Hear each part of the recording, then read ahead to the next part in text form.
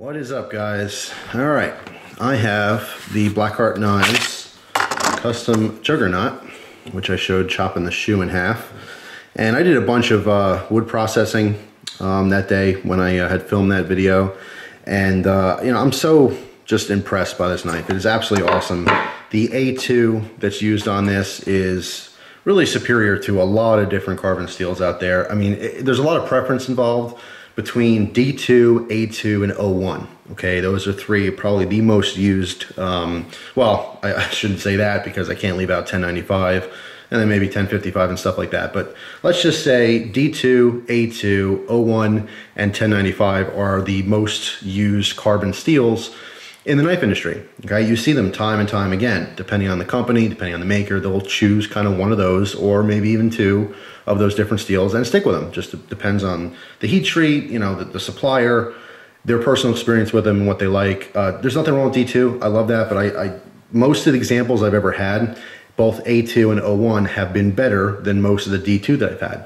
That being said, I still love D2. All right, so it should say something about those other steels.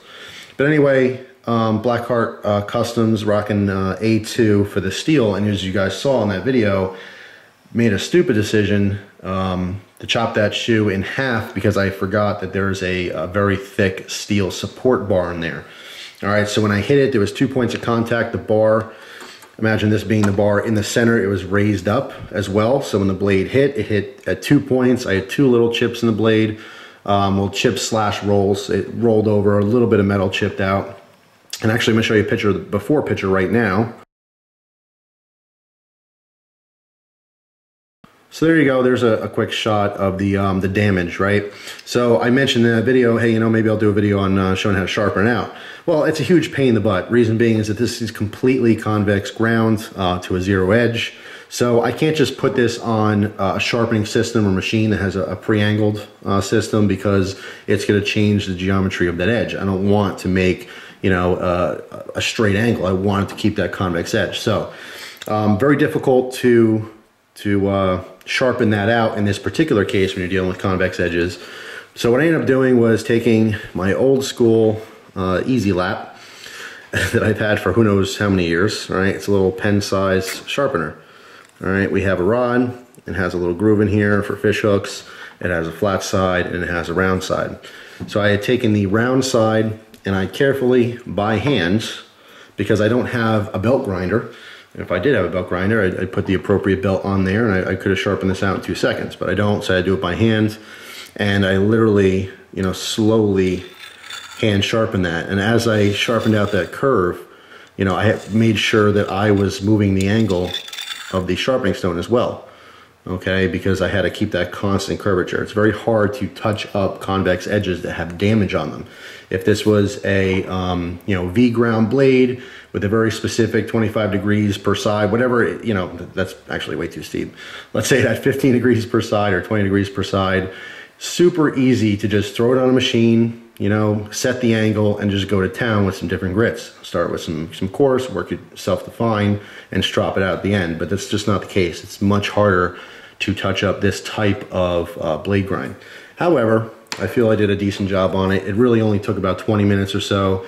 After I used that stone, I stropped it up a little bit with some compound. I ended up stropping it too fine, and I wanted a little bit more tooth, so I backed it up and put it back on a flat stone, which was, I believe, 400 or 500 grit, and then just did a couple very simple passes as if I was stropping in a backwards fashion. And I came out with a somewhat toothy edge. It's gonna be perfect for what I need this for, again, in chopping. But just to give you a quick shot, actually, here's a picture I took.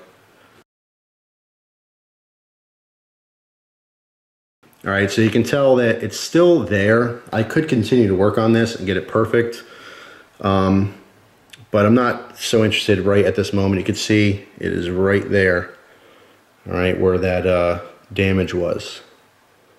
But not that bad at all. And like I said, if I continue this project, I can completely sharpen that out, but it's not necessary. I don't need to have you know, a scalpel all the way up this edge. This is not for precision cutting, okay? With this massively thick, heavy blade here, you know, it's for chopping, it's for processing wood, it's for having fun for the most part.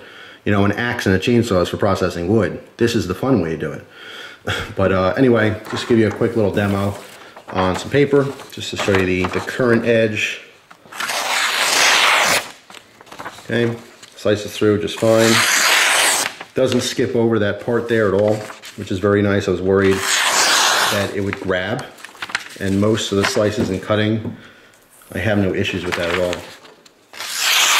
But really, I just kind of wanted to show you, you know, not physically show you in a demonstration, but explain to you what I did to sharpen this out. It really didn't take that long to do. So anyway, I just wanted to talk about the process a little bit of what I did. If you guys have convex fixed blades and you get some kind of damage, you know, if you don't have the proper machinery, like a nice, you know, belt grinder and the proper belts for that, to make the job quick, you know, you can always grab a small, you know, stone like this, a little rod stone or a tapered stone of some kind. They sell these things, I mean, all different brands. You can get this thing at Walmart. They have, you know, Gerber brand ones and Lansky and Smith's brand, their sharpening equipment, Lowe's, Home Depot. All these places have something like this. It's usually a pen style, you know, small tape. More times than not, it's tapered. Okay, it starts off thick and gets skinnier. They usually sell those for sharpening serrated blades, but this is basically what I use to sharpen that problem out. It's just you know, done by hand. So anyway, I'm happy with the results, and the knife is back in working order. So that's all, just a little update on that. So thanks for watching. Hope you guys have a great day, and I'll see you soon. Take care.